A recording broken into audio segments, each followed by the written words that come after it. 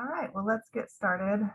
Lots of new names here, so I'm very excited to have some guests that came to listen to what we're saying today.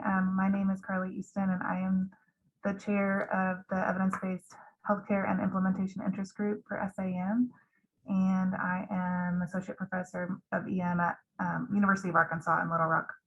So I'm excited. We are starting this new guest speaker series, and this is our first guest speaker. We're hoping that this can be mutually beneficial to not only the listeners, but the people leading these authorship opportunities. So I'm excited to introduce, I'm just going to go ahead and introduce Jestin, Dr. Jestin Carlson. He is the National Director of Clinical Education for USACS. He is also an APD at St. Vincent's Hospital Emergency Medicine Residency. And that's in Erie, Pennsylvania. Erie, Pennsylvania. Okay, thank you. Yeah. So, yeah. Welcome, Justin. And let's get started with just tell us a little bit about your background and about the SRS in general. Yeah, absolutely. So first, thanks for the opportunity to be on this and kind of chat evidence-based medicine and talk with everyone here. I recognize more than a couple of names on this call, so this is a amazing group to be a part of. So thanks for the opportunity. I'll give you a little bit of background of myself and kind of what got me and maybe who got me involved in the systematic review snapshots, but also kind of my career path that led to this here today. So obviously an emergency physician. I went to Buffalo for med school and then Pitt for residency. I did a research fellowship there. And during my research fellowship, got involved in a couple of different things. One of those research activities was reviewing for the Annals of Emergency Medicine. So having had an opportunity to publish there before, there was an opportunity to start reviewing for Annals as well. And so I began that process. And just after finishing fellowship, because my research is focused on a couple of different areas, procedural competency and how we train around that, but also how we perform critical procedures during stressful situations, specifically cardiac arrest. So that kind of combination and overlap of interests put me in a place to apply for a position with ILCOR, the International Liaison Committee on Resuscitation. And through that, it's a constant review of the literature in either scoping reviews or systematic reviews. So started to get a lot of exposure to that process, that part of the research pie, so to speak.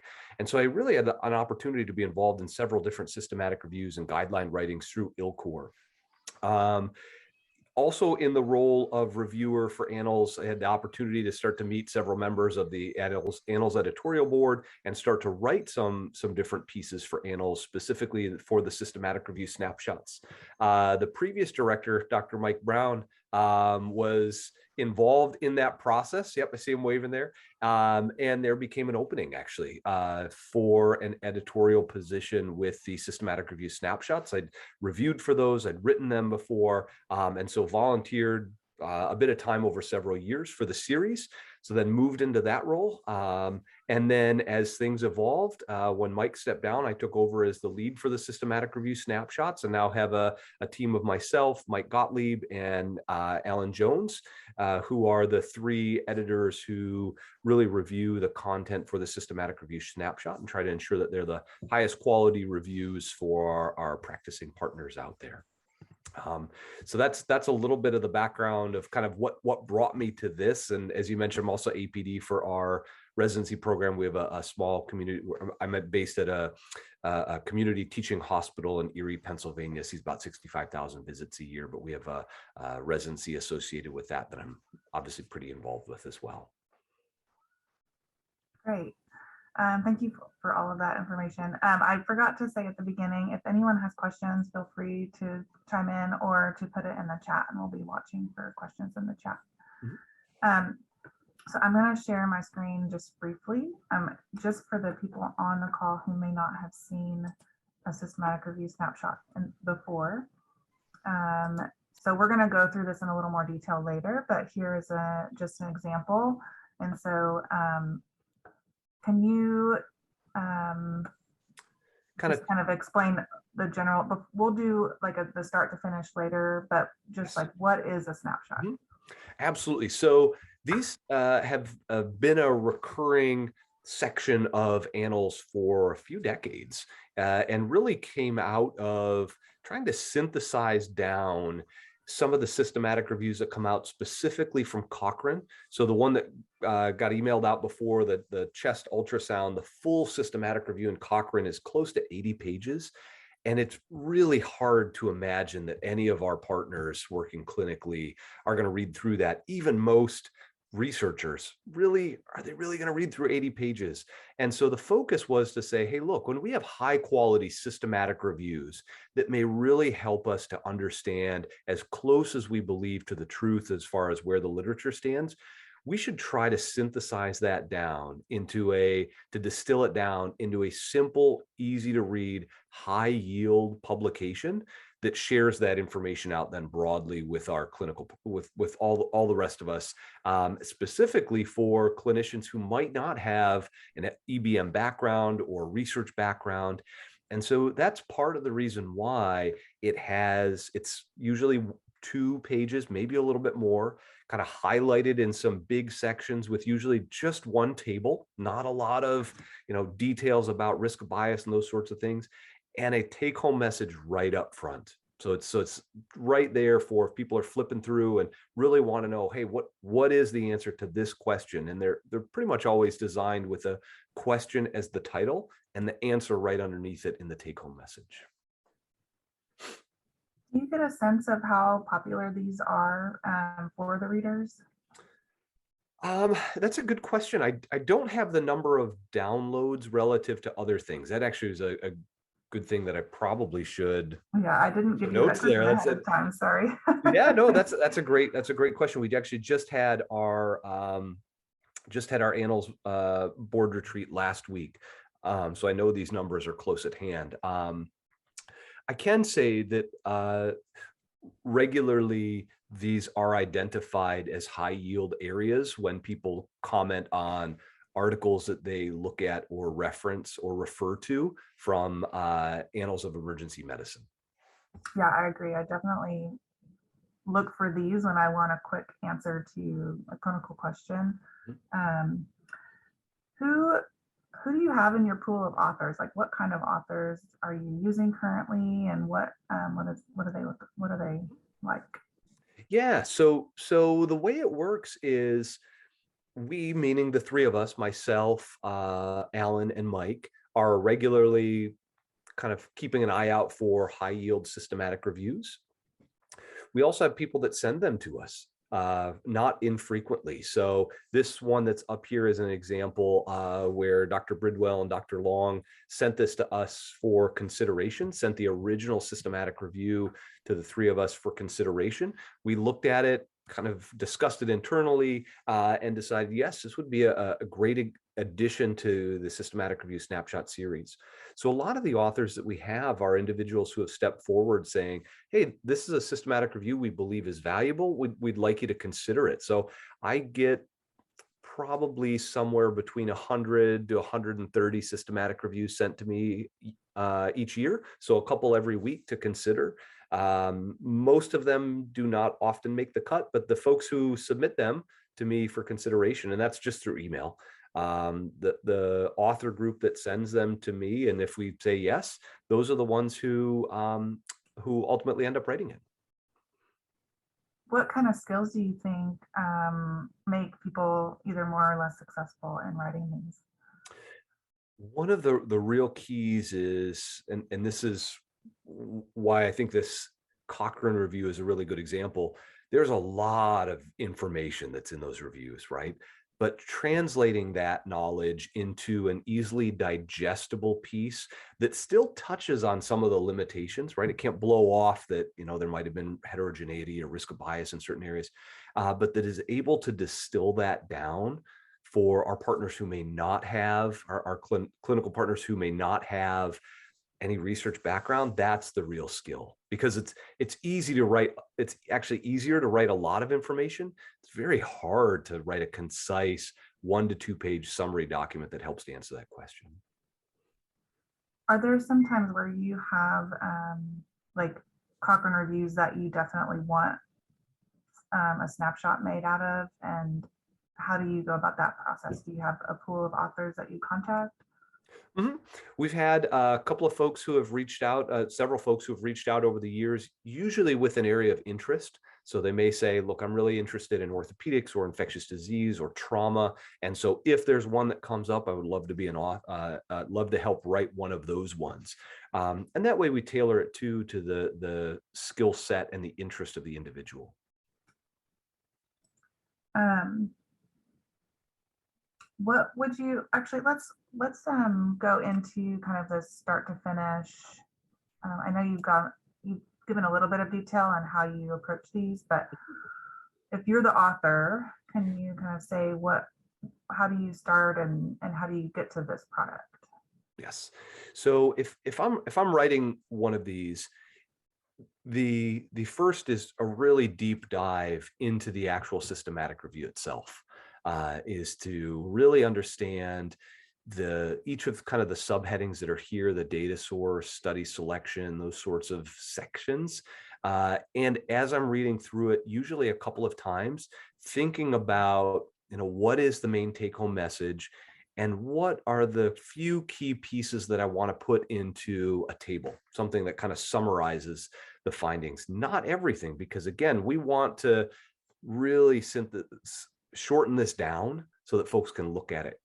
But that's really the biggest thing, is taking some time and really diving into the systematic review so you have a really good understanding of it. From there, most of these sections are summaries of the larger section in the systematic review. So for example, data sources, it is pretty straightforward, saying, hey, these are the data sources that the authors of the source systematic review used. Things like Cochrane and PubMed, Embase, those sorts of registries. Same with study selection, really kind of narrowing that down.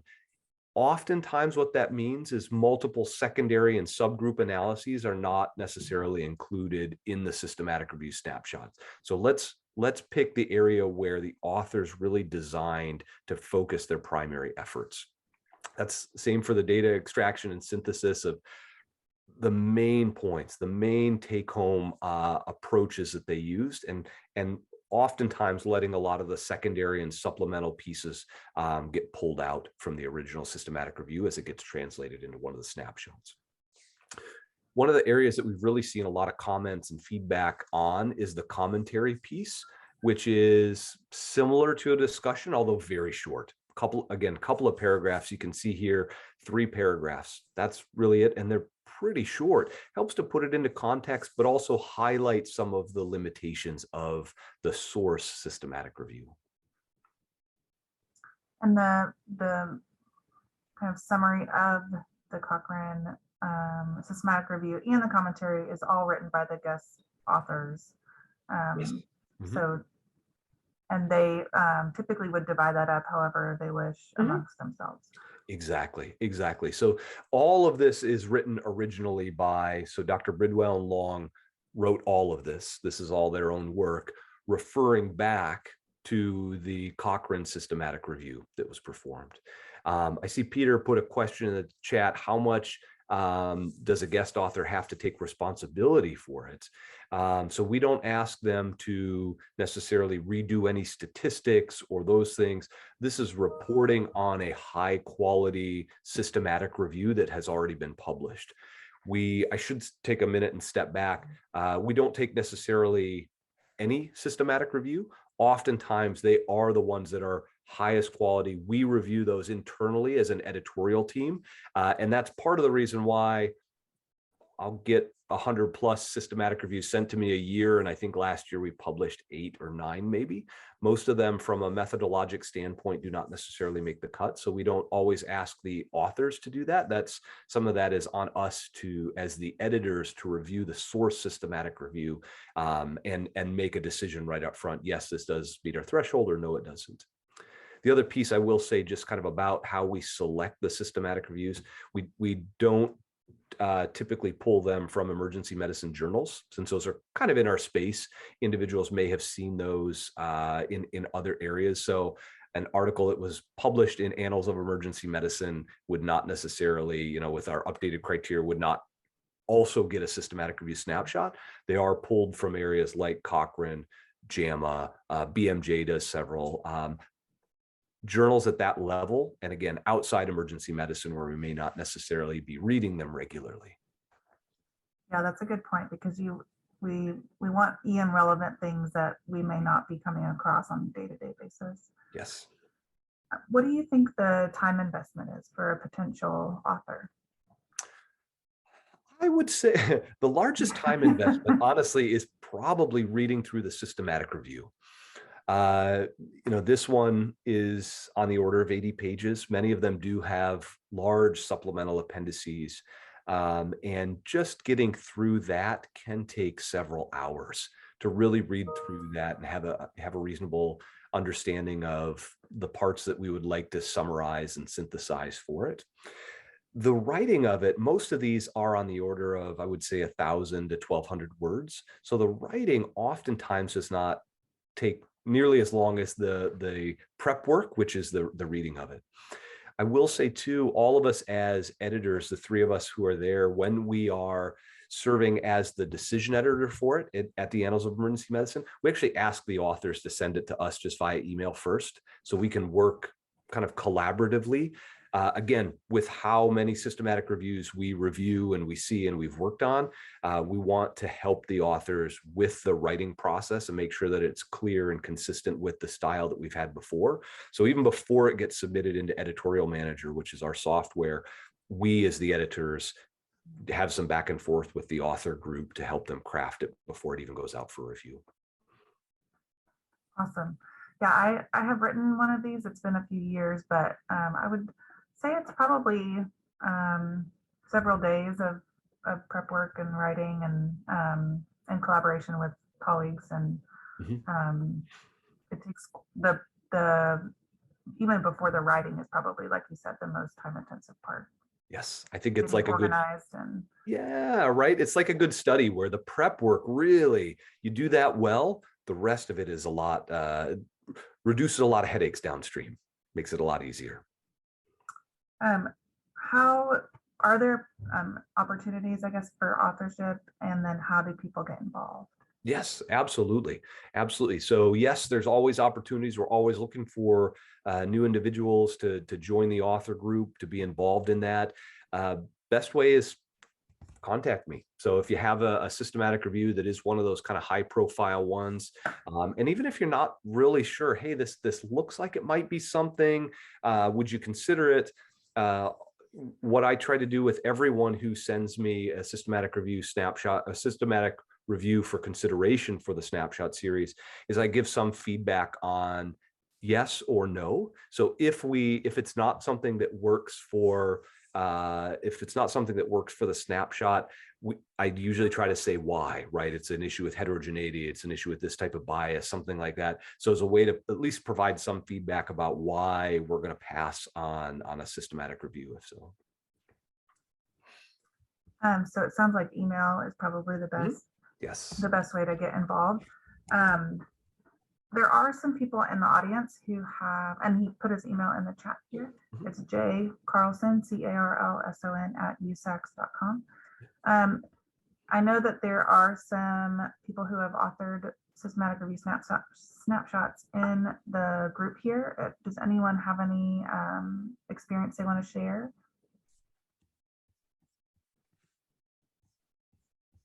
Not everybody at once. Brian, thank you. Brian Kane, thanks for the comments. Really, I'm very happy to hear that you find him that useful. I'd feel bad if it was something other. So thank you for sharing that. Really appreciate it. No, Jestin, I love that the PA is representing in this. Yep, that's right. A couple questions in the chat. Do the guest authors get to choose the topic areas, or are they assigned to them? It could be either. So if there's an area that's of interest to you and you want to be considered as an author for future ones, I've definitely arrange for that to happen. So we've had authors who, the most recent one that's coming to mind is someone who is interested in infectious disease. They said, hey, when you get one that comes across, I'd love to, because again, the three of us as editors are always looking at these, always looking for systematic reviews. So I was able to pair that author up with another author, and they wrote a systematic review recently on an infectious disease topic. So if there's an area of interest for you, we can take that into consideration. It may be a year or two until something that's good, high quality, that fits your area of expertise comes up, because we are publishing about one of these a month in Annals. So it's not like there's tons of them, but you could certainly request that. Or if you say, hey, look, I just want to be involved with a future one, that we can certainly do as well. And I could get you in touch when there's an opening in the author spot. Because these are reviews of other papers that are already published, it's not a limitless author byline. So we do limit it to 3 authors as the max that we have for the systematic review snapshots. And you brought up something that I want to touch on. So it is common actually to be on a snapshot with people from other institutions. So it's not necessarily somebody, it doesn't have to be a team from your own institution. So it can be even people you've never met before if they match you up with someone in that content area that's an expert. Mm-hmm. Dr. Brown, you have your hand up. Yes. Yeah, thanks, Justin, for summarizing the snapshot series. It's continues. I still love reading them. And just a little bit of overlap with what I do now with Cochrane. It's interesting, you know, like you mentioned, the Cochrane reviews are so gigantic and just overwhelming to try to digest and read that Cochrane has tried to do something similar, and they have a thing called clinical answers within their library where they try to summarize it. But the advantage of the Snapshot series is it's put into perspective by our fellow emergency medicine colleagues. And that's what I think is so unique and helpful with the series, because some of the Cochrane reviews may be written by, physicians from other disciplines, yet it overlaps with our specialty. So having that commentary, put it into context, making it relevant to our practices is really key. And Cochrane has it's not the only one out there, right? I think SAEM has their brass tacks sort of version of this. And then there's a thing called Cochrane Corners in France, where they summarize Cochrane reviews, but do it obviously in their native language and French. And so there's a lot of these summary formats, which, on that evidence pyramid, I think we call synopsis, synopses. And I really do think it's helpful for the clinician out there that doesn't have maybe the time to find these and keep them on the forefront. The only other thing I was going to mention is just how important the networking is within SAEM in this interest group, because that's how Jestin and I met through those kind of networks. And it's also, Peter and some of my other colleagues on the other end are on the call, and a guy named Brian Rowe, who's kind of drifted off doing other bigger things up in Canada now with their National Research Institute. But he was the one that actually started the series way back, and it was only summarizing Cochrane reviews at that point.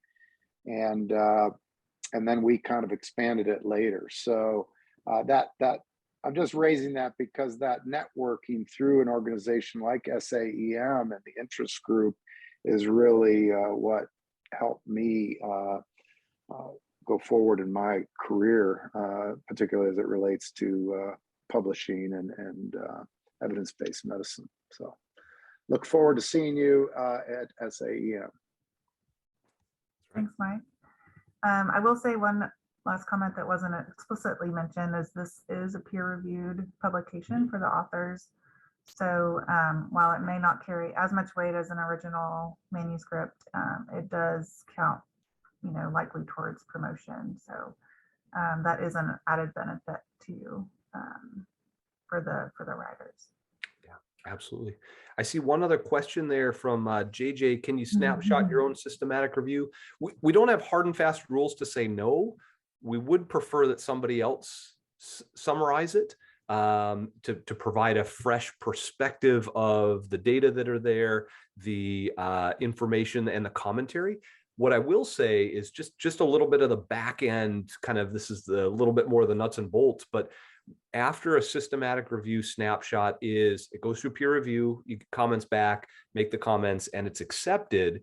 We do send it to the author of the original systematic review as a kind of triple check. Hey, we're going to publish this commentary on your systematic review. Here's what we have. Can you let us know if anything has been misrepresented, or, not that this happens very often, but we just want to make sure that everything we're doing reflects the work that they did. We believe that it does through peer review, through our editorial review, but we do share it back with the original author, the corresponding author from the original systematic review, so that they have an opportunity to see it as well before it's published.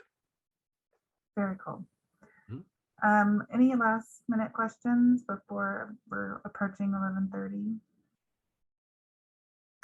I'm hopeful that at least a couple people from this group that can become new authors, and even maybe more than that, but there were some new names here that I've not seen before, so I'm excited that people want to be involved and want to hear more about it. So if you have questions or want to be involved, certainly email Jestin directly, or you can email me and I can get you in touch with him. And I'll put my email in the chat too. Excellent. Also, go ahead. Sorry, go ahead, Carla. I didn't mean to cut you off. I apologize. Oh, that's okay. Also, for the people who are new today, if you're not an official member of the EBM or EBHI interest group for SAM, you can go in and add that for free. And you can just do that under your membership profile for SAM. Jestin, what were you going to say? No, I was just going to say thanks. I know a good number of folks on this call. It's great to hear from folks again, connect a little bit more, especially after the last couple of years. So I really, really mean this. I appreciate being able to be on, kind of talk about this stuff. And please, if you're interested, shoot me an email. We'll with areas of interest, or if you have a systematic review, send them my way. Happy to take a look at them. Yeah, we really appreciate you taking the time, Jestin, and hopefully we'll get some output out of it. So, all right. Well, anyone who just came for the Jestin's talk, if you guys, you can certainly stay for the rest of the meeting, but you can bow out now, and we're going to continue our regular EBHI agenda now. So wonderful. Take care, everybody. Thanks, Thank you. Yeah.